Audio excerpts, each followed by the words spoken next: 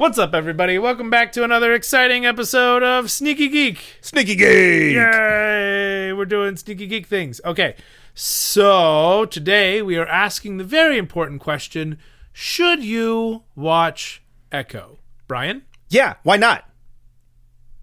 Thank you very much, everybody. It was lovely having you here today. Brian, what are you reading these days? No, I'm just kidding. Today we are actually talking about Echo, and we are very excited about Echo. Echo was really good. It was really good. There's a lot to be said about Echo, but I'm going to let Brian go first. Yeah. Because Brian did research this afternoon while I was telling kids what to do. Yeah. Stupid kids. So we had a full 5-episode drop of Echo this week. All at once. All at once, which is Marvel Studios TV show-wise first drop of everything. They did it Netflix, and for a while they were separate, and now with this new kind of rebrand, I guess. I don't know. Anyways, they dropped everything at once, and they also basically said that all the Netflix shows are now canon, or what they're calling now is the sacred timeline, per Loki and Loki season 2 and all that good stuff, which was fantastic. But yeah, so we got Echo this week, which is technically a spinoff of Hawkeye, which is technically a spinoff of Avengers, which is also technically a spinoff of Daredevil. Mm-hmm. I mean, at this point with all the Marvel stuff, I mean, everything's interconnected anyway. It's not necessarily a spinoff. Everything's just interconnected. Yeah. Really awesome. So it's curious that they're doing Marvel Studios Spotlight as its own new thing, because they already had a new thing, which was the Marvel Studios special presentation. Right. Which both of those are for like made for TV movies, I guess, because neither of those are long. And they're both kind of holiday specials. I mean, you had the Guardians holiday special, and you had like the Halloween special, which was Werewolf by Night. Basically. Which is great. Which is also interesting because we just learned that Werewolf by Night's first appearance was in Marvel Spotlight number 2. Oh, right. The book. Yeah. So that's cool. It's curious that they didn't do it then, but now they're doing this other thing. And obviously they're trying to distance it. And from the looks of it, it looks like the Spotlight stuff is going to be more grounded storytelling. Could be, yeah. And they're, because like again, like with this, they're bringing back in all the Defenders stuff from the Netflix era. And then even on the Disney Plus, front page or whatever, it echoes under the Defender saga. Cool. And for me, I think that's one of the reasons people should be excited about this isn't more Marvel. This isn't more MCU. This is more Netflix Marvel. Yeah. And it really felt like a decent mix of both. Like, obviously, because of Disney, they're probably not going to go super, super violent, but like, it was still pretty violent. It was TVMA. Yeah. It was their first TVMA they've done. A guy got shot in the head. Yeah, he did. And like Daredevil and Punisher are exceedingly violent. Mm-hmm. But this is the first official MCU, not Netflix, television show they've done that isn't like kind of an offshoot, Yeah. This is a podcast and there's flaily hands. That's not a good enough description. This is a podcast. I don't even know what you're surfing. I'm doing a little bit of a wave thing. There's a little bit of a luau action here. What's going on? I don't know. I just listen. I wanted them to be involved. Okay, we don't do video, and it's like an audio play, but I can't make sound effect. Where's the wobble board? Who's the guy with the wobble board? Anyway, yeah. So it's their first like TVMA that they're doing and going, yes, this is a Disney property instead of like Netflix, where they're like, it's a Disney property, but don't worry about that. Yeah, Shh, yeah. Don't worry about it. Like, we're not really connected to the Marvel Universe. There's just Avengers footage happening on that guy's TV in the security box. And they keep talking about the big green guy. And the big green guy. Yeah. So I felt, and the thing is we've connected to that already with She-Hulk and with Hawkeye. Yeah. But the She-Hulk... Spider-Man, too. Oh, yeah, because Charlie Cox showed up in Spider-Man 2. Yeah. Boy, he is just all over the place, that guy. Good for him. He must be so excited. He loves playing Daredevil. Yeah. Anyway, so, yeah. TV mature, connected, under Marvel Studios Spotlight. Not Marvel Spotlight, but Marvel Studios Spotlight. Banner, new fanfare. Mm-hmm. And it's fine. I can't tell you what that fanfare sounds like, but it's new new. Fanfare? There was new music. Oh, cool. I didn't notice. Exactly. Both times I watched. Yeah. 'Cause- Brian, tell us. Yeah. What happened? So, through my old contacts at Marvel, where I used to work, I got to go to the, not a premiere, but they called it a launch event. I don't know why, but hey, whatever. I was invited. It was cool. But they had some of the costumes out on the red carpet that we got to kind of walk down. There's obviously 2 separate sides, but we got to walk down. It was cool. Take a bunch of cool pictures. Some of the cast was there. I don't know about some of the crew. I wasn't familiar enough with them. But they had a lot of people from the deaf community and a lot of people from the Native American community around Los Angeles.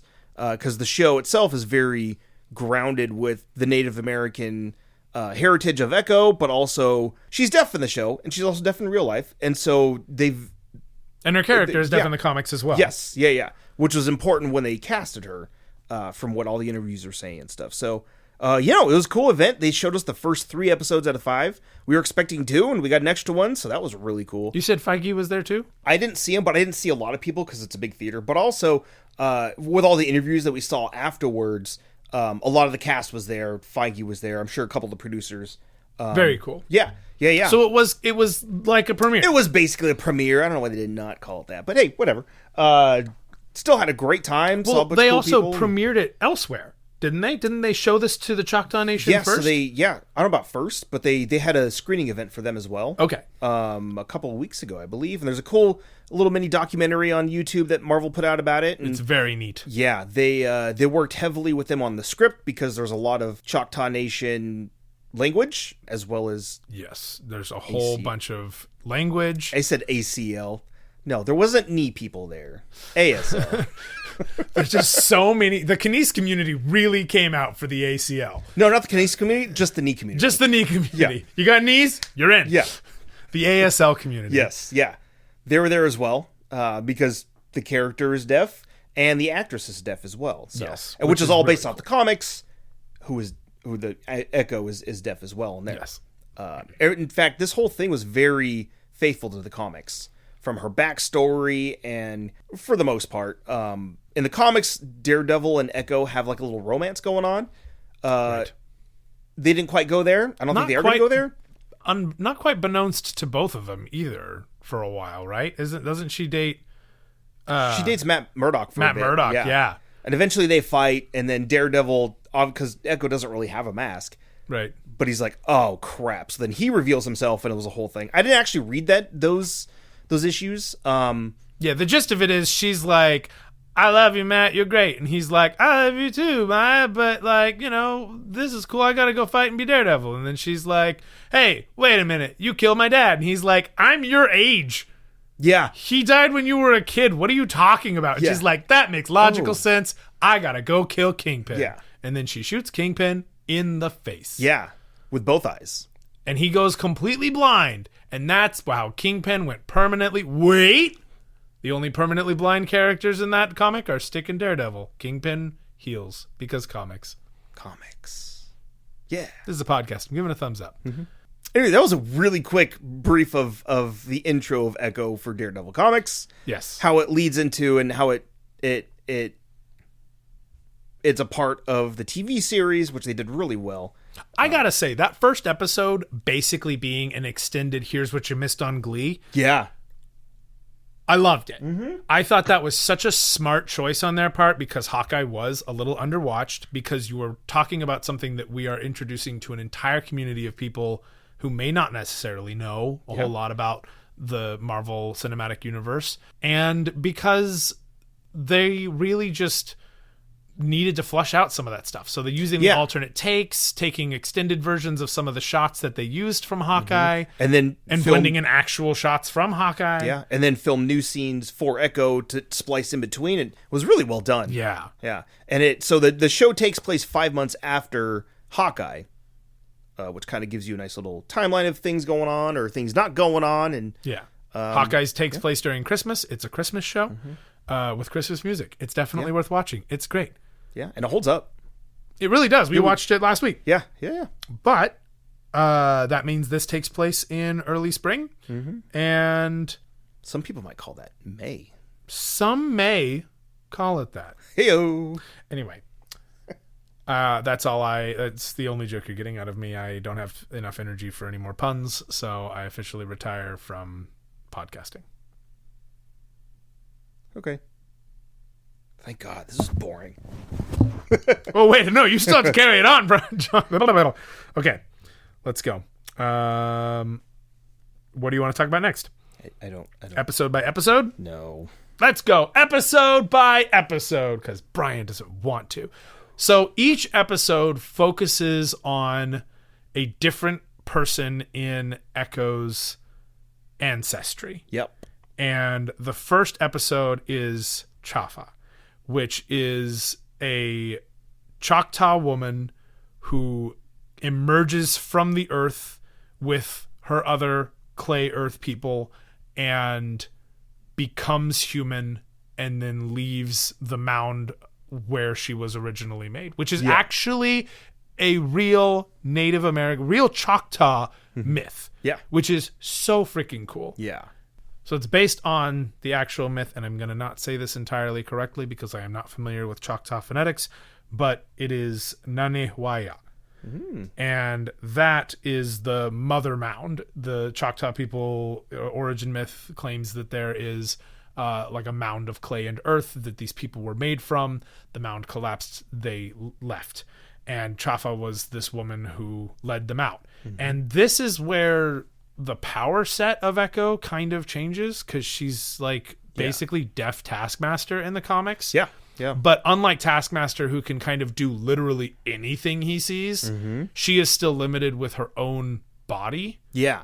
Which is an interesting like take on it, and also limitation that I really like in the comics.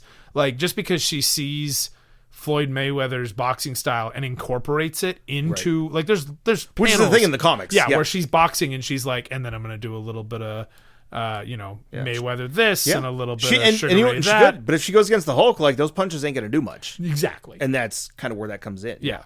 So we start diverging away from that power set, and I'm going to talk more about that a little bit later because I have opinions and thoughts, and I like to express them. Yeah. But as she comes home to Oklahoma, to to the res, which she hasn't been back in 20 years since she left. Right. Since her dad took her away. We get introduced to Marvel's newest best character, Biscuits. Biscuits. We love Biscuits. In this house, we stand one Biscuits. If you're not a Biscuits fan, get on board. And that's, anyway. So that's the first episode. Then the next episode, what's the next episode called? Loak. And Loak plays stickball. Yes. And stickball is like an actual Choctaw game. And they show this super great sports episode. It's a really like compelling sports if you haven't seen it, like it's very similar to lacrosse, but it's been played by a whole bunch of different Native American tribes all around, which is really cool. But it was really cool seeing that aspect of things, and like they really dug deep with the ancestral stuff.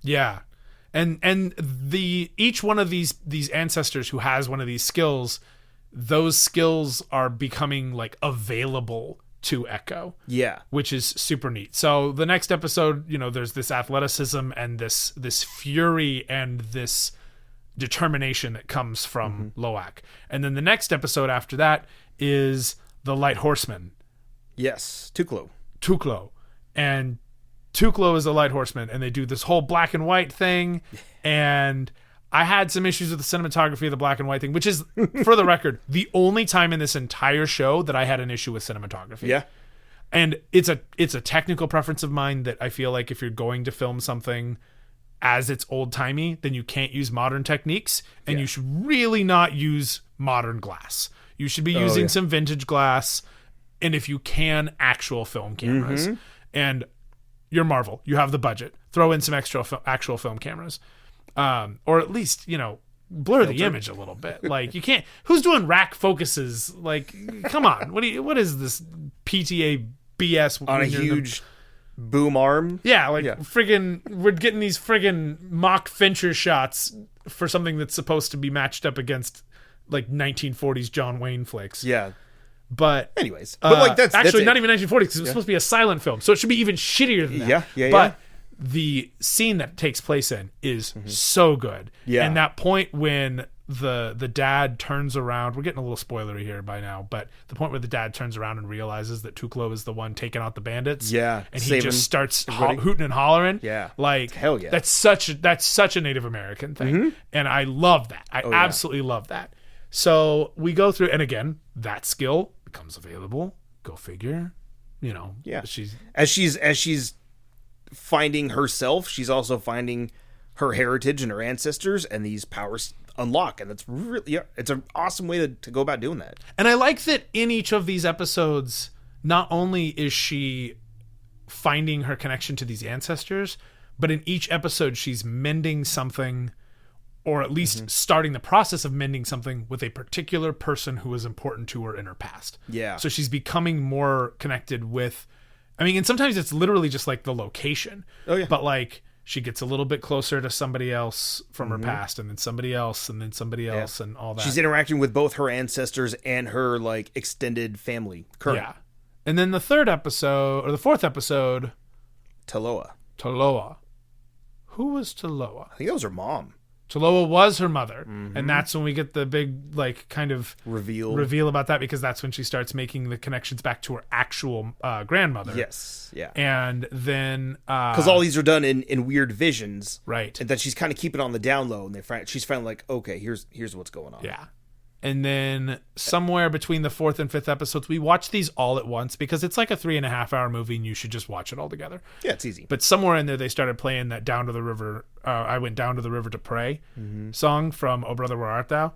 And I had to really hold it together because it was a really beautiful moment of like a lot of the town mending and healing from this thing that kind of hurt all of them in a lot of way, and other things that hurt all of them, and they all start kind of mending, and then that leads to the powwow in episode 5, which is Maya, who is, you know, the last in this line so far. Yeah. Anyway, so that's episode by episode without getting too into the weeds. Yeah. But I loved so much about this. Mm-hmm. The sound design was also really dope. Yeah, definitely. Especially because, you know, she's a deaf character, and sometimes they would go to her point of view and everything would be silent. You get this kind of low, or sort of muffled sound that was like not like kind of muffled, like it was basically just the sort of white noise frequency that went through there, and it was really, really neat to see that perspective. Definitely. But yeah, so we had that had a lot of Native American stuff, and you know, as close to a quarter Native American, like my grandma's full. Like, it's cool seeing that stuff being actually played up in media these days. I mean, especially with like shows like Res Dogs. That's pretty cool. And hell, even, you know, parts of Letterkenny. Yeah. Well, and because there's a lot of stuff with the Res on Letterkenny. Yeah. And Res Dogs too, like when they brought up the Light Horseman, like I got so excited because the Light Horseman's my favorite character in Res Dogs. Yeah. And like he's very proud of it, and it's also the guy who plays her dad. Yeah. But yeah, the Light Horseman and the games and the language stuff. You know, I'm a sucker for good language stuff. Oh, and like as a linguist, something that comes up for us a lot is fighting language death.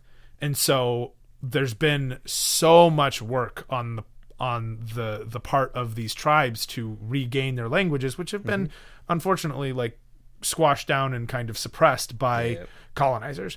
And it's been going on until like recent decades. I mean, it's still happening in a lot of ways, but not to the extent that it was happening, you know, a century ago by all means. But like now they're really struggling to get their language back. And so you have a lot of linguists who go into linguistics in order to help revive dying languages. That's really cool, yeah. And you have a lot of linguists who just kind of find themselves in these communities. So like a good friend of mine, he wrote the orthography for a whole like tribe. Like I want to say he was a big factor in some of the revival for Venturing Your Chumash. Oh, okay. And that guy was my mentor.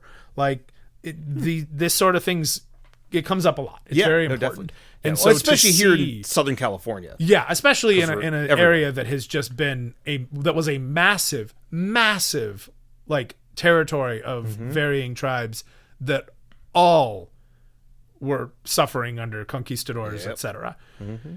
So it's really been it's just really cool, and I know that people like my friend Nick, my friend Horse, like are obviously gonna see this as a really nice representation. Oh yeah. Because of how hard they went for it, which I mean, like that woman said at the Golden Globes the other day, like you're talking about a people whose language was represented by just running the English backwards. Yeah. In old films, old Hollywood. Yeah.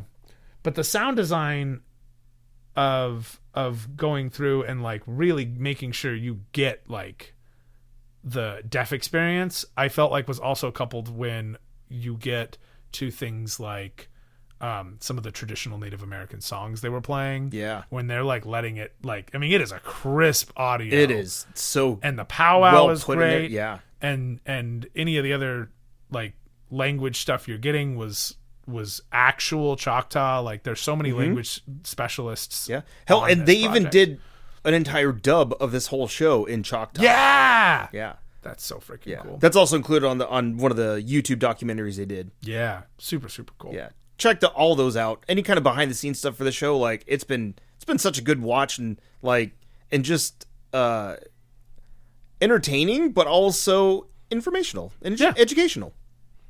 Yeah, I was really excited for you to go to the launch event because I was really hoping that they would do a little bit more celebrating of that Native American heritage. They did not have the room nor the capacity. No, they did not. The smaller theater, but it was still a really good event. It's actually really cool. So a lot of the cast members and the crew took ASL lessons to communicate with Alakwa and also just anybody else who was on set, that was deaf. And so it was really cool seeing that they all kept it up. Everybody or a lot of the cast, they all were talking with people signing. That's super cool. Yeah. They did a lot of interviews, but just even afterwards when the press was gone and people were just kind of hanging out and slowly leaving the theater, like there was a lot of people signing, a lot of the cast that were there just signing, talking to people. Yeah. And I know like my brother has his one of his degrees is in ASL, and a lot of that community that learns ASL, they kind of can't turn it off. Yeah. So they kind of just half sign all the time anyway, especially if they're doing it regularly. And when you're on a set like that and you're signing all the time, like you're going to pick that up so fast. Yeah. And that I also read that there was basically a deaf person in just about every department in the entire filming process. That's so I read cool. that the other day. Yeah. I can't tell you what the source was. I read it, but it was in an interview. Yeah. Somebody was like, there was somebody from the deaf community in most of this. And it's also really cool because I remember the day we watched it, I said I wasn't thrilled about some of the ASL stuff because I saw some people who were signing in C-Sign. And C-Sign, for those of you who don't know, is a form of sign language that is that uses all the words that English does and does so in English syntax. And it was developed as a method to combat a problem that ASL students were having with reading. Because if you were born deaf and you learned ASL, you don't know English syntax. No. You know ASL syntax. So this is a podcast and I'm signing to say it. But like the biggest example is if you are in a, if you are going to say we go to town, or we went to town, you say, we went or we go to town, or we go past to town. And in ASL, you would go town, we go past. And that's a completely different syntax. Yeah. And I noticed that certain people were signing that way. And so I looked it up that night. And it turns out that the reason that certain people were signing that way is because they were representing multiple forms of C-Sign and ASL and specifically multiple forms of ASL and multiple levels of difficulty. So the ones who were signing way more with the English syntax were the ones that were speaking while they were signing. The ones that were signing kind of quietly, those are the ones where I wasn't hearing what they were saying. It was the ones where I was watching their subtitles. So I wasn't tracking it. I didn't catch that, like, when I went back and I looked and I'm like, no, Maya's totally signing ASL. Like, I don't know. like I knew that she was doing it accurately, but like everybody else who signs with her kind of silently. And I want to say, what is her name? Bella? Her cousin? Her cousin? Mm-hmm. Bella signs really, really well in the show because she's the one who's doing a lot of the translation. Yeah. But you'll notice there's not all the words that you're seeing there are correlating with a sign because you're streamlining it. Sign language can move pretty fast. Mm-hmm. So yeah, it was really, really cool to find that like my concern was not only like not a problem, but actually even better than I had hoped. Which is that they represented multiple levels. But I love that. And I said this during the show. I love that everyone who knows her, specifically her relatives, they all sign. Yeah. Well, her mother in the show too was deaf, so it was kind of set up early on with her family, immediate family, until she had kids. But so her grandma, of course, knows sign, and then it's cool that her grandpa, I guess, doesn't sign so well, but he like still tries, really hard. Yeah. So he's I don't know I love that actor. He's so great. Good. Yeah. Pretty much everybody was great. Oh my gosh. No, there wasn't a bad actor in the bunch. Yeah. There's never a point where I'm like, it's a little rough. Like even not that he gets a whole lot of lines, but even the dude that Biscuits like gets help with on his car. Yeah. Does well. In the shop. Yeah. Like there's never a point where I was like, about delivery or anything. I did not cringe. I loved this. Yeah. The fight scenes were amazing. Dude. Yeah. And the way they were shot. And the camera movements, like we haven't seen anything like that. And so it was nice and refreshing because, you see a Marvel movie, an action movie, a lot of them are shot the same. A lot of them are choreographed very similarly. And this was some of those fight shots great. I like the jump cuts where you would like have a kick and then like it would cut really harshly. Yeah. But obviously into like more punching and stuff. Right. But like without it being a straight continuous like thing. They like the camera positions in the same position. Yeah.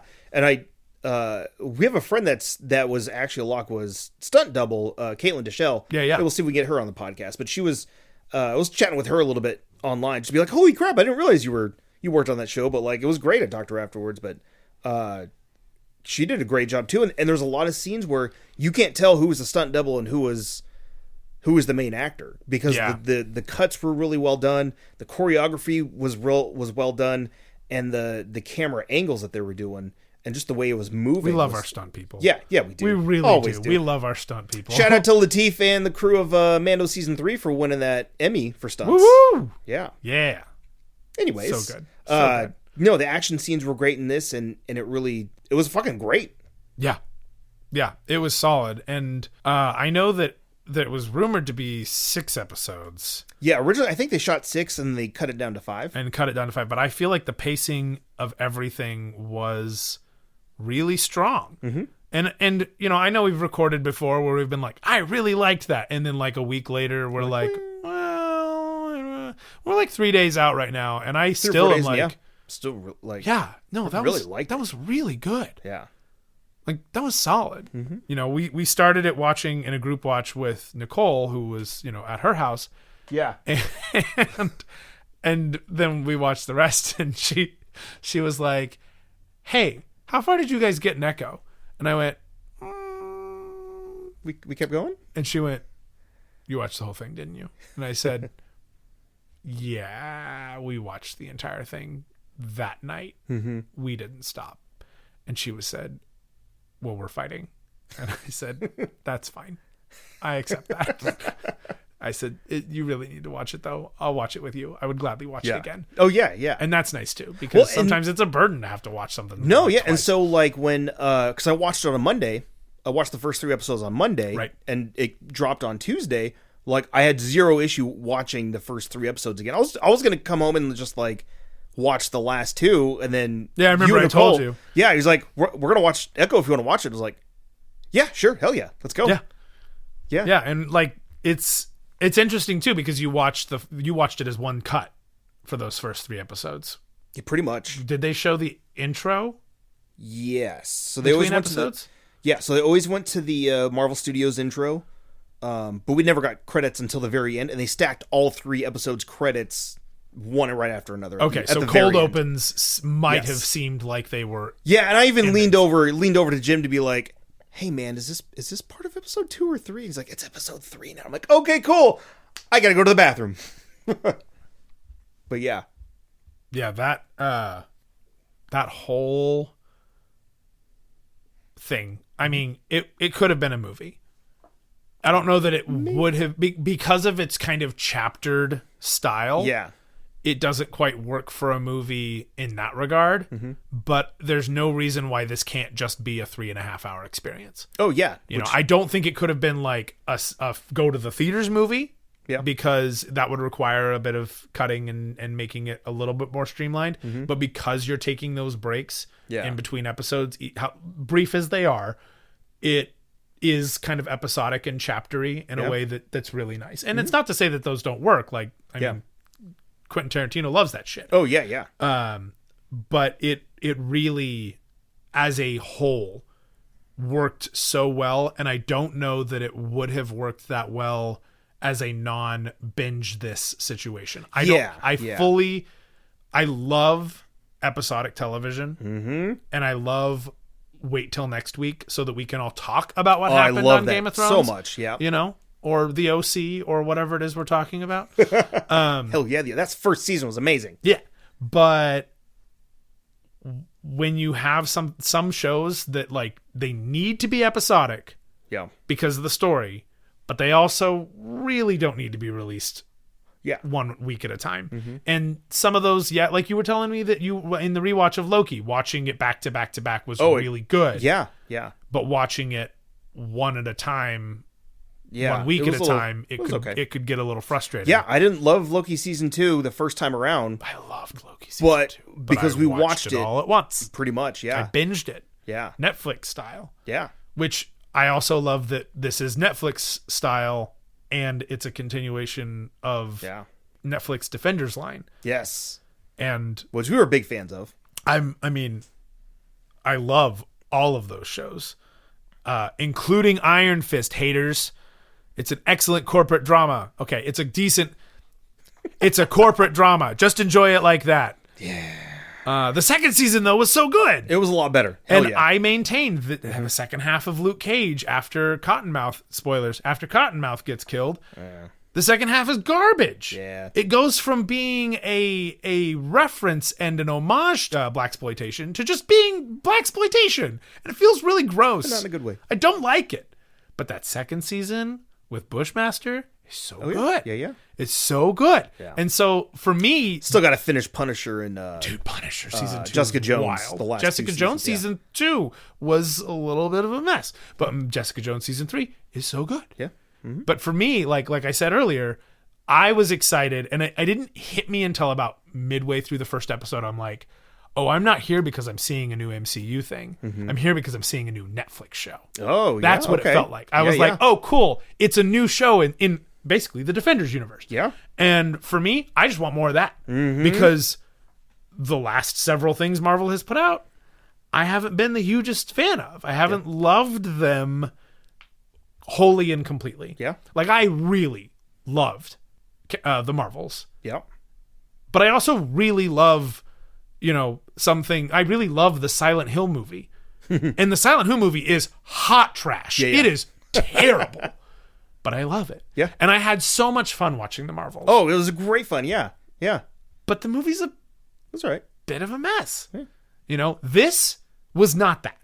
This was not, I had fun, but, it would have been nice if they could have fleshed that story out. The pacing was good. They gave us time to breathe. Yeah. That I Went Down to the River to Pray, montage was so long. I mean, pretty much any of the songs they put out was every minute great. of it. Yeah. Oh, yeah. Well, the music as well. Yeah. But, that montage itself was a calm, cool, relaxed moment where you were allowed to process all of the things that were happening. Yeah. You were allowed to examine generational trauma, think about it for a moment. Yeah. That kind of thing. And we weren't given that in the Marvel. We haven't been given that for several movies in the MCU. And we haven't really been given that necessarily for a lot of shows either, Loki aside. And it was nice. It really was, yeah. And for me, I really like that. And I think there's a reason that memes about Studio Ghibli taking their sweet ass time to get through a story and how that's been that's why they're so successful. I think there's a reason that people are latching on and telling that part because people are also tired of being exhausted by movies. Yeah. Yeah. Yeah. I need to be able to breathe. So with Echo, I don't have any major critiques of it. No. There's a good amount of like action. There's a good a lot of. There's a great amount of action, but also a great amount of character development with pretty much everybody in there. I don't know, it was cut down from 6 episodes. And there's a few times where I'm like, I wish we would have got more time with this one character or this other character. But at the same time, like, they still had a great performance and they served the purpose of the story. Something that I thought about the day after I watched it was it left me wanting more, and not because I needed more, but because I was craving more. Yeah. And the Marvels left me wanting more because I felt like I was missing something. Fair. And this, I was like, no, you gave me everything I needed. I did not need this to be 6 episodes. And I am the first person who will tell you, make more fucking episodes. You can't tell the story this short. Yeah. You know, it's the same reason why I don't like 4 and 5 issue arcs. Yeah. Like, you need to the comics push this a little wider. Yeah. But they kind of do. You know, we have a 50-minute episode and a 40-minute episode. And and that's what I really like about the streaming model that they're doing. It's like the episodes are as long as they need to be to tell this certain story in this certain episode. Like a chapter in a book. Yep. Mm-hmm. You know? Yeah. Yeah. They're not, they don't have any commercial breaks. They don't, depends on your tier, but that's a whole different podcast. But it doesn't matter. They're not fit in a, 22-minute time frame and, in a 30-minute slot to make way for those stupid ads or whatever. But same thing with the Star Wars shows, like those. I mean, obviously, sometimes I'm like, I just want more because I want more. But it's like, the story's still good, and the episode was great. Yeah. And the story in the episode was great. Although there are some times during Mandalorian when I'm like, I would have preferred this be a 40-minute episode. I feel like I'm missing 10 minutes of understanding what's going on. Fair. Season 3.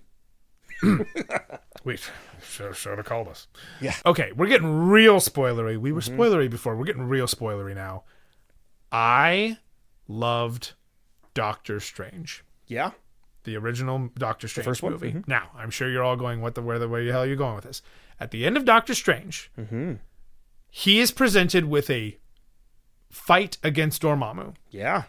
And that has potential to become a big, explosive Marvel ending. Oh, yeah. And instead, you watch this clever asshole his way out of it. Yeah. Fucking great. And it's so good. So refreshing. It's refreshing, it's new, it's exciting, and it's funny because Doctor Strange is kind of whimsical. Yeah. Now, we're not going to talk about Multiverse of Madness and my problems with Multiverse of Madness. But the original Doctor Strange, podcast there. when we talk about the original Doctor Strange, I will seldom get through that conversation without bringing up Dormammu, I've Come to Bargain. Yeah. Because Dormammu, I've Come to Bargain was amazing. Yeah. People kept on bringing it up. It became kind of a meme. Yeah. It was refreshing. It was new. It was a very Doctor Strange solution. It'd be like if at the very end of a Fantastic Four movie, Reed Richards does all the fighting. What? No. Outsmart them. You're Reed Richards. Yeah. What the hell are you doing? He's a scientist. Yeah. Like, that's things science thing, things. You know?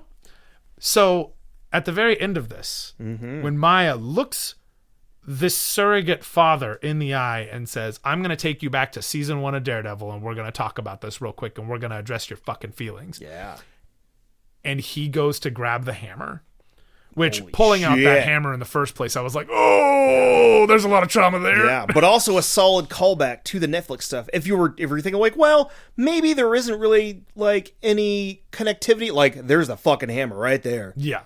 Yeah. And if you're still wondering whether or not you should watch it, it's a little late to tell you this, but you should definitely watch Daredevil season 1. Yeah. Like, hell, I love all those seasons. I love all 3 of them. Yeah. But I need to rewatch season 3 because I'm pretty sure he was at least on track to run for mayor.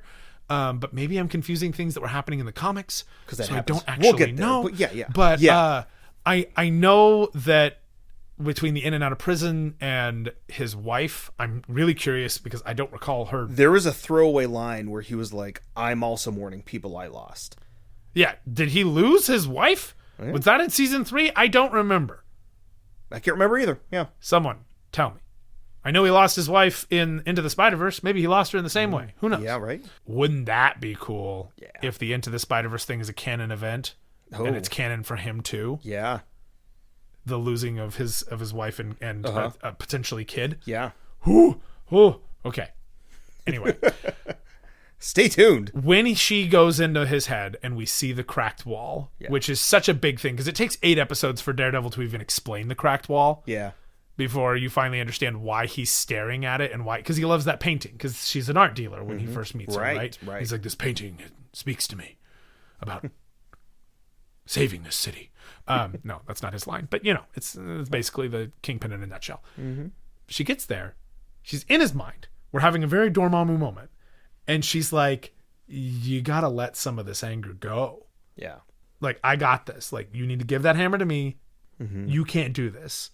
And he's like crying. And of course, it's Vincent D'Onofrio, who is fantastic. Masterclass actor. Like, oh my God. He's one of my all-time favorites as far as like the guy, you put that guy in something and he's going to make it brilliant. Literally, the man played a giant cockroach. Yeah. I was just going to say Men in Black. Like, that man's performances in Full Metal Jacket gave me nightmares for oh my God, 2 weeks. That's right. Yeah. And he's a little baby in that. Yeah. That's like one of his super first young. roles. Yeah. So holy shit, I forgot that was him. Oh my God. He's so good. Yeah. Like, I am in awe of the things he can accomplish, especially in something like Daredevil. Like, he is, and I told you, like, when we watched Ahsoka, I was like, you want to watch the Thrawn show? Yeah. Because that's how I was thinking about it. And when Echo was coming out, I'm like, I can't wait for Kingpin. Yeah. Because I wanted more Kingpin. Yeah. So when she's in his head, getting back to this, I promise my point will be made. Yeah. when she's in his head and she stops him, and then she's like, I got this. It's cool. And he sort of lets go of that anger. Yeah. That rage that has been kind of a key point of who he is for as long as we've seen him in because Netflix. All of his emotions regarding his father, regarding his trauma, regarding his childhood have all been fueled through one tiny filter, and that is beat the ever-living shit out of somebody. Yeah. And that's why he keeps losing his temper, crushing people's heads and doors, and various Kingpin things. Yeah. Like, Kingpin doesn't have to do violent stuff. He has people for that. And I don't think he's going to stop doing, like, ordering hits. Right. Because he knows what needs to get done in order to get things done. Yeah. But I don't think we're necessarily going forward with him having as much of a rage problem anymore. Or if we are, it's going to be, like, problematic for him to go there because he's going to understand that now comes with extra things like sadness and upset. Yeah. And so when they come back to the real world and Vincent D'Onofrio looks at her horrified, scared, in tears, angry, and tears in his eyes going, what did you do? Yeah. Like, he knows that he's been broken a little bit, and that not that he's been broken, but that she has revealed his cracks that have been sealed up with anger. Right. Like, it was shitty wabi-sabi with foil instead of gold. Yeah. Such a good character moment for both. So of them. good. And for me, I was like, one, I didn't want Kingpin to die. Yeah. No. He's Kingpin. Give me more. Yeah. But for her solution for him after a 5-episode arc of healing and returning to her roots and understanding her traumas and how they're not entirely her fault. And she doesn't really resolve things with her grandma either. She's like, you abandoned me and you pulled an old Encanto grandma Abuela problem. And while we're on the subject, Abuela from Encanto, what's her fucking deal? Why is she such a shitty mom? Why she sucks so much? Such a villain. Such a villain. That's the real villain. Anyway, no, it's a civil war. Not important. For the villain of the story, for her to beat, to be Kingpin's traumas. Yeah. Not Kingpin himself, but this monster that Kingpin allows himself to be. Yeah. That she idolizes because he is showing her an outlet that she thinks is healthy when she realizes it's isn't. Not. Yeah. After she connects with all of her ancestors and goes, no. Yeah. So it's cool. And so when the first 3 episodes, I think I mentioned to you without any spoilers, I was like, this is not a hero story. Like, and it's not even really a hero redemption arc. I mean, at the end, it does get there, but like playing up to it, like you don't even realize, which is such a great story. No, it's a 1-2 punch for sure. Like they put they do the old Indiana Jones hat over your face. You're like, look at this angry bad guy. What? Psych punch. Yeah. Like, you watched a redemption story, you idiot. Yeah. God damn, it was great. And at first I was like, cool. Like, she's not a hero. She's kind of an anti-hero, I guess. She's just trying to get by, you know. And I like that she starts off very much like, maybe it's time for a queen. Yeah. And by the end, she pulls an old Jon Snow. I don't want it. Yeah. McQueen, I don't want it. Yeah. With, better written dialogue. Well, yeah. Yeah, so with all that, got said and done, and then, again, still spoiler stuff, like we see Kingpin leave in his plane, and then like he's still so burnt and he's upset. he's like, I don't know what the fuck just happened, but I'm pissed off, but I'm because not he pissed runs off, but I'm away. like, yeah. Because he realizes like he just lost his biggest weapon. Yeah. Which is his rage. Mm-hmm. That she kind of healed for him. Yeah. Helped heal. So good. Yeah. But anyways, we kind of get hints of his next storyline, which I'm so excited about. Yes. And they went that way in the comics of, again, spoilers, he runs for mayor and becomes mayor of New York in the comic books. Yeah. And the only thing crazier than that is if they elected J. Jonah Jameson. That was years before. They also elected J. Jonah Jameson. Which was also awesome storylines too. Yeah, but if we're leaning toward the Daredevil story we just had, with Kingpin as the mayor and Devil's Reign. Devil's Reign. Yeah, with Kingpin as the mayor and Daredevil going to jail. Yeah. Like if that's the direction they're heading, sign me the fuck. Yeah. That was some good language, story. everybody. Yeah. Good stuff. Chip Zdarsky's run. Chip Zdarsky. Fucking amazing. One of the so good. I've never been a huge Daredevil comic fan. Oh really? But I absolutely picked up and subscribed to those issues when they came out. Nice. Yeah, I did miss the issue where Elektra became Daredevil. I think I have the second printing. Anyways, also good stuff, and eventually leads into like the Daredevils, where it's both of them running around New York. Yeah. Good stuff all around. If you guys want to check some stuff out, that's it. Quality. Yeah. But that's... So I have one other thing I wanted to talk about. Yes. Yeah, that's right. So for those of you who probably wondering, we haven't really talked that much about it. There's a major power set change. Yeah. In Echo. Mm-hmm. Echo has an eidetic memory, like we talked about before. Mm-hmm. She's basically Taskmaster. A deaf female Taskmaster. Yep. And not to be confused with the other female Taskmaster in that, Black Widow movie. Right. That's comic version. That's a whole nother podcast. Yeah. So she doesn't have that. She's not just like seeing things and learning how to do things. She is very good, and she is very good at observing, and she has what seems to be a semi-eidetic memory anyway. A little bit, yeah. But her power set is this like connection to her heritage. Yeah. And which can give her super strength or endurance or, Yeah, and I don't even know that it's fully, well, I guess it is super strength. Like she has those moments where she gets that like, but it's still like kind of grounded. Mm-hmm. And they did a power set change with Miss Marvel in Miss Marvel. Tell us how you feel about that. I'm angry about that. And I'm angry about that for a number of reasons. Yeah. Number one, the story of Miss Marvel is about a teenage girl who's trying to figure out teenage life. And that includes wrestling with some body issues and your changing body and not knowing who you are, not knowing where you fit in. Yeah. Knowing that you are part of one particular group of people, but not necessarily fully jiving with that group of people at all times, but loving the people in that community all the same, and when she realizes that she is an Inhuman, because in the comics she is an Inhuman, she has to wrestle with that sort of thing, which is why she has stretchy powers. Yeah. And as G. Willow Wilson said, they're not sparkly and cool, like, it's awkward and weird. Yeah. That's her in a nutshell. Yeah. And she, as a character, is awkward and weird. Yeah. The actress, Iman Vellani, nails 100% Kamala Khan. Oh, yeah. I think she's great. Yep. She's not necessarily like who I pictured per se. Not like with like Hagrid or Snape, where I'm like, that's who you are. Yeah. But it was still like, pleasant surprise. Absolute. Yeah. And I mean, the only person I love in that show more than her is Nakia, because Nakia plays Nakia perfectly. Yep.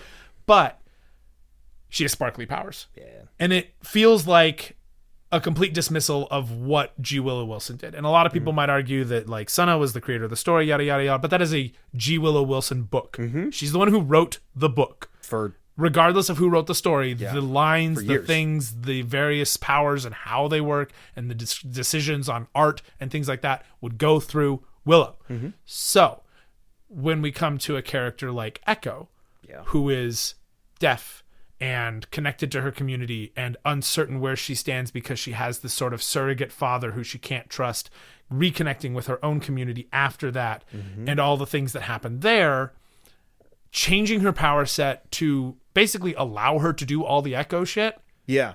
While instead incorporating this ancestral connection that is a very Choctaw thing, a very family thing, and grounding her to the Choctaw Nation, which in the comics she's Cheyenne, but that's neither here nor there. The idea that she is connecting with this particular First Nation group. Yeah, and it's very mystic, which we've seen in the MCU already. So like still works out great. Yeah, and it's nice because it's like, it's not just, oh, she's just really good. Yeah. Like, and don't get me wrong, I like that she's just really good. That's what Hawkeye is. But there's a reason everybody thinks Hawkeye's boring. It's because he's just really good. Yeah. But I like that her powers are linked to people in her past. I liked that even though this was a divergence, and I'm sure on some level it was just that I'm not as like in love with her story in the comics. Like, I love it. It's great. It's awesome. Yeah. But I felt like these changes were true to who she was at her core. Yeah.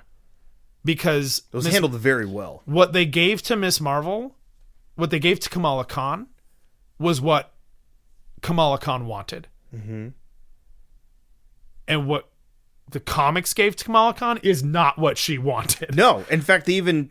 Like, she kind of got it because she got to literally become Captain Marvel by, like, turning into her and morphing into her. Right, but the more she healed, the less she was able to transform because she kept reinforcing in her inhuman DNA what she was supposed to return to. Right. And so it became harder and harder for her to do that transformation. So that power set went away within, like, 6 issues. Yeah. But with Echo, these powers are also not what she wants. She doesn't want to be connected to that side of her life. She wants to be removed from it. She only goes back there because she knows that she can manipulate people. And she gets back there and realizes that, like, she needs those people. Yeah. And she is those people. And healing herself is what gives her this mystic power.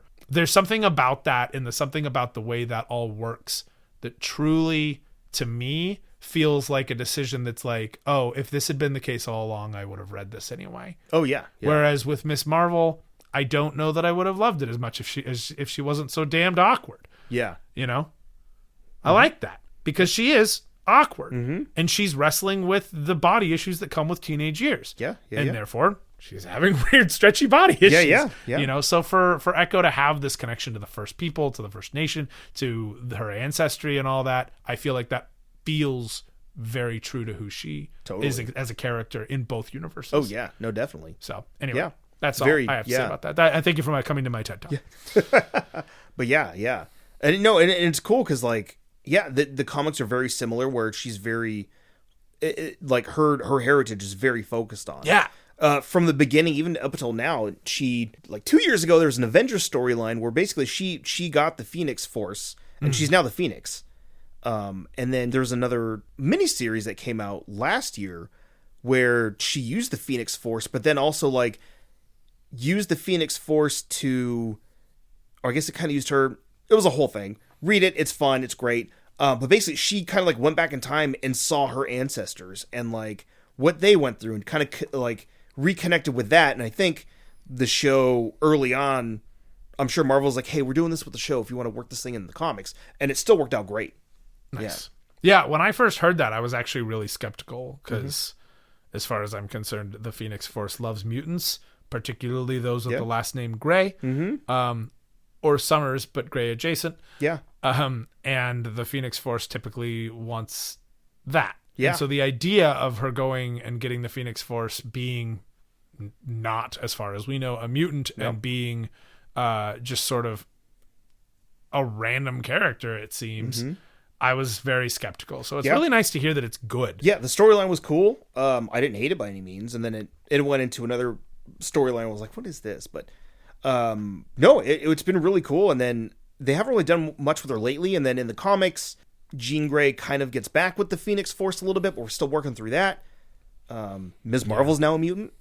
That was actually handled weird, but good. But I liked the way they handled it. Yeah. The idea that she's a mutant and an Inhuman is it took until that line for me to go, I officially give this my seal of approval. Yeah. But once it was like, no, you're actually an Inhuman too, which is weird because that's not supposed to happen. Because they very much address that in the comics in a very cool way. Like, there's been like people died. Yeah. Over the idea that mutants and Inhumans like really.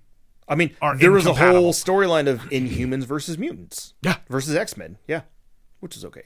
But no, and actually, Iman Vellani is actually co-writing the Ms. Marvel books. Yeah. And they've been great. And I haven't gotten to read a whole lot of them. So she's now in college, and she was interning with Peter Parker for a little bit.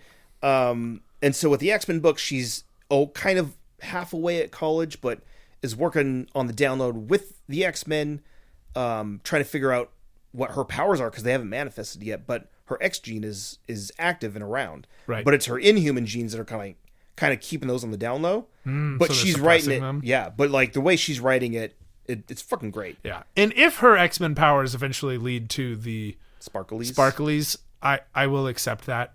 But to me, there's a lot of decisions made with like the discs that I don't like. She does the big stretchy thing in the movie. Like and once. I'm like, yeah. Do more of that. I don't care if it's sparkly if you're going to at least do that. Yeah. Oh, you want to stand taller? Give Do big it. sparkly long legs. That's fine. But she keeps on like running along discs and I'm like, yeah, okay, Mega Man. Yeah. Cool. Doctor Strange. Yeah. Cool. Thanks. Yeah. But yeah. But Echo itself. But Echo. So good. Yeah.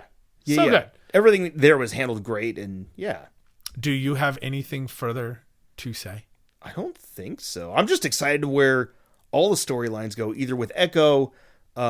Daredevil showed up for a quick fight scene in the first episode, handled really well. Like, it wasn't super focused on Daredevil, but it was still pertinent to the grand story of everything, and her relationship with Kingpin. Like, nobody else, like, not very many people come out of that one. Yeah. He's like, I'm very proud of you. Yeah. So that was really cool. Short, sweet, to the point, but also like not overwhelming. He didn't overtake anything. Kind of similar with not similar with what they did. She-Hulk. He was great in She-Hulk too, but like, yeah, he stole the show in She-Hulk just a little bit. Yeah. But the sprinkling of him in the last few things, Spider-Man, She-Hulk, and this have been great. I'm excited for what they do with his show. Yeah. As many problems they've apparently been having behind the scenes, but yeah, hopefully that turns out pretty good. Have they been having problems behind the scenes? Oh yeah, they canned the showrunner and pretty much are reshooting the entire thing. For what? Daredevil show. Oh shit. Yeah, Born Again. Yeah, allegedly. Womp. Yeah. But then also just Kingpin's storyline with him running for mayor of New York, like, and that because there's so many heroes that are based in New York with all these Marvel movies, like it'd be cool if he just shows up. Hell, it'd be cool if he's one of the main villains in whatever Spider-Man movie's coming out next. Yeah, it'd be nice, I think, too, if Marvel Spotlight became not just like this is the more grounded stuff. Although Moon Knight would be really good for that. Yeah. And Collider.com actually said something like that, like Moon Knight should have been the first in the Spotlight series. But at that point, I think they were still trying to work out what was going on with Daredevil. Yeah. It'd be nice if the Marvel Spotlight like logo or umbrella specifically was over like the Defenders stuff. and New York city level hero stuff. Yeah. And I mean, not that we need another Spider-Man movie or another Spider-Man show, but like I would not mind like at all. But right now, Spider-Man's tough because we have to get 17 different movies from Sony this year or whatever. It's like 4, but because we needed a new origin story for Kraven the Hunter. That's what we all asked for, right? That's what you guys all had on your Christmas lists. So Brian, we have Spider-Woman coming up. We do have Spider-Woman. Wait. And another Venom. Yeah. In October. Yeah. Stay tuned. Maybe, just maybe, Dave, maybe we'll release that Venom episode one day. Release the Venom cut? No. Maybe. I don't know. This is a podcast, and I got a real dumb grin on my face because it brings shitting grin right now. Yeah. So that's all I need to say about Echo. Is that all you need to say about Echo? I think so. I really enjoyed it. And cinematography, sound design. Everyone is excited for more Netflix Marvel, which we can't call it that. So yeah, well, so good. Yeah. So good. I'm so excited. Go watch it. Right. If you didn't watch it, I'm sorry that we spoiled everything, but There's a lot we didn't spoil, though. there's a lot we didn't spoil. Like, the journey there is great. Yeah. I hope that you paused it when I said we're getting into deep spoiler territory to talk about Kingpin. And, hey, good news. You had like 10 minutes to get to there because it took me that long to get to my point. But, As we do. Brian, what are you reading these days? Oh, man. I'm making my way through some of the Star Wars books. You are? You've been reading all those vintage Star Wars books. Yeah, so comics-wise, I just got I want to reread some of these Star Wars Legacy books, which they all happen 130 years after Return of the Jedi. So it's like Luke Skywalker's great-great-great-great-grandson, and he's a strung-out, druggy former Jedi, and he's fighting the Sith show back up, except there's now, instead of the rule of two, they're like, that's a stupid rule. There's going to be like 10 of us, and we're going to create a whole empire, because it worked way below, tens of thousands of years beforehand. So that's been cool. Rereading through that, and then Did you not see the mural? Yeah. And then been making my way through Rise of the Red Blade. I'm looking up at my Star Wars bookshelf, and it's not up there because I don't own the physical copy. I have the audiobook. Oh, yeah. That's the one about the Inquisitor? The Inquisitor, yeah. That's from her time as a Padawan just before the Clone Wars and what she was doing during the Clone Wars, and then once Order 66 happened and how she became, how she felt the dark side. It's been one of the best Star Wars books I've read in years, yeah. And then just keeping up with the High Republic stuff, and then playing Ghost of Tsushima, and I think I'm almost done with it. You're very close. Yeah. I've been watching a lot. Yeah. It's interesting because I like watching people play video games almost less than you do. Mm-hmm. I hate it. And I very much, I definitely backseat occasionally where I'm like, wait, no, there was a hostage. Release Which the is hostage. good because they're hard to see anyway. Because they're hard to see. They're in the pampas grass. Yeah. But, like last night when I saw you were doing the exact same mistake I did, I was like, go to the mission. Just go to the mission. Just do the mission. Yeah. Because I wanted you to get the horse. Yeah. No, that actually didn't happen with me doing the mission. But it opened up a couple other things. Okay. And it made me explore the map a lot more, which I'm looking for. It also, stuff makes it starts dropping things to do on the map. So it helped. It definitely helped. But I still have no idea what you're talking about with the horse. Oh, God. Yeah. But yeah. Maybe so that's what I've been kind of up to. I don't know. Yeah. Bryce, what have you been reading or doing or playing or whatever? So now that I ride my bike to work, I have a lot of time. My commute is very long and very healthy, so that's nice. I'm keeping my carbon footprint down and saving money on car repairs. Yeah. But as a result, I've been listening to a ton of books. Yeah. And I just finished John Cleese's Short Guide for Creativity, which was great. It takes like an hour to read also, and he even mentions he's like, I don't know why you listen to this. It takes like an hour to read. I don't know. Maybe some of my listeners can't read.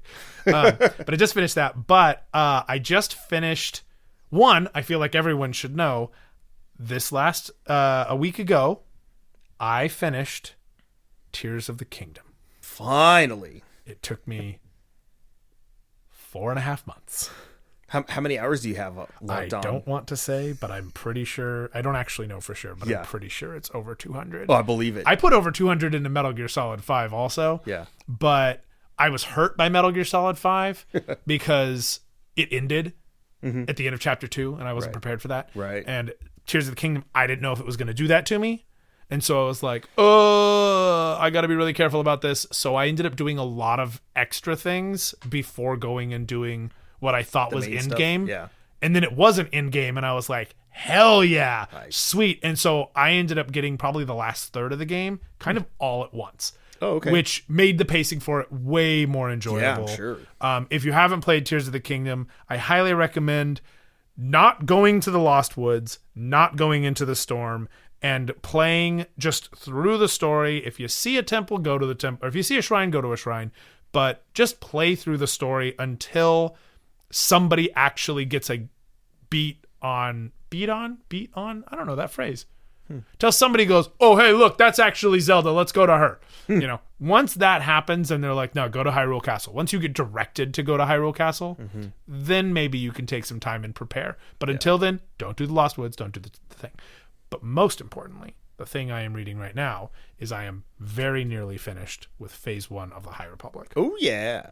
I just finished the audio drama Tempest Runner. Yes. With my favorite Tempest Runner. I'm so glad they focused on her because I think she's so freaking cool. Yeah, Lorna D. Lorna D, a Twi'lek Nihil is part of this massive group of raiders and marauders that are ruining ruining what is supposed to be the zenith of the Republic and the Jedi Order. Yeah. And she goes on her own little redemption arc. Yeah. And it is beautiful and tragic and fantastic. Yeah. It was really cool. And it's an audio drama. Yeah, it's a full cast, but they brought in Mark Thompson to play his characters that he's played as like in the other books. Yeah, so they still matched. Yeah. Lorna D didn't match the same, but I got very used to it and I really liked it. Right. Because, Twi'leks are French and I don't know why. Yeah. But he played, Pineda, who talks like this or whatever. Yeah. Pineda was there. And I don't think Stellan shows up. I didn't love Velko or Avar Chris very much. Yeah. But every prisoner I loved. And the actress who played Lorna D, while I didn't necessarily love her at first because she didn't match what Mark Thompson had done. Yeah. He's our gold standard. She's so good. Yeah. She's so really good. And then, of course, any clips, any brief as they may be, with Marchion Ro or Marchion Ro, depending on what part of the galaxy you're from, with his calm, pausing, and selective word choices. Yeah. That he makes with intention. So good. Yeah. Fucking love him. Yeah, I love him so much. Mark Thompson, be on our podcast, please. We love you. Yeah. So, yeah. We'll catch you next con. So the next book in my list, I had to read through a bunch of comics, and now I am on... You're getting to Mission to Disaster. Mission to Disaster, which we started in the car the other day, you and I, and we made it to chapter 3. Yeah. And so I have that book, and then I've got a fat stack of comics, and then I think I'm basically on my way to... It's not that fat. There's like 4 or 5. That's not the list I saw. I thought it was like 10, 15. Nope. Oh, no. You're close, sir. Oh, boy. So then I get to go have my heart broken. I know it's going to happen, and I'm pretty sure Kevin Scott's going to do it. Yeah. He's done it enough already. Yeah. I will say, and I feel like it needs to be brought up, and I'll bring this up again if we ever do an episode about the High Republic, which I feel like we should. We're going to. I don't, we're going to, we'll talk about Loden Greatstorm later.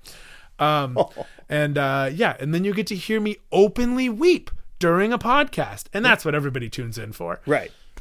Anyway, so I'm still powering through the High Republic, but it's hardly a power through. It's much more of a floating. You're flowing pretty good. It's so good. Yeah, that story group is doing so good, and it's so refreshing too, because like a lot of my usual franchise readings and viewings and things like that, I've been a little bit worn out on, and and then I'm also working my way through the Universal Century on Gundam. Oh, yeah. But that's a whole nother podcast. We'll talk about that All later. these are whole other podcasts. Yes. Anyway, so, yeah.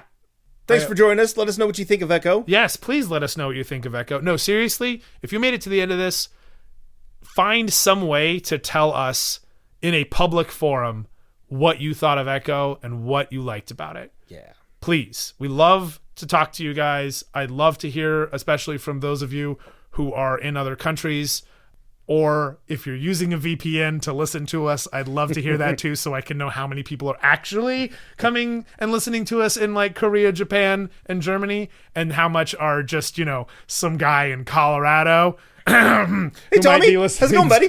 Who might be listening to us using a VPN. Who knows? Anyway, we love to hear from you guys.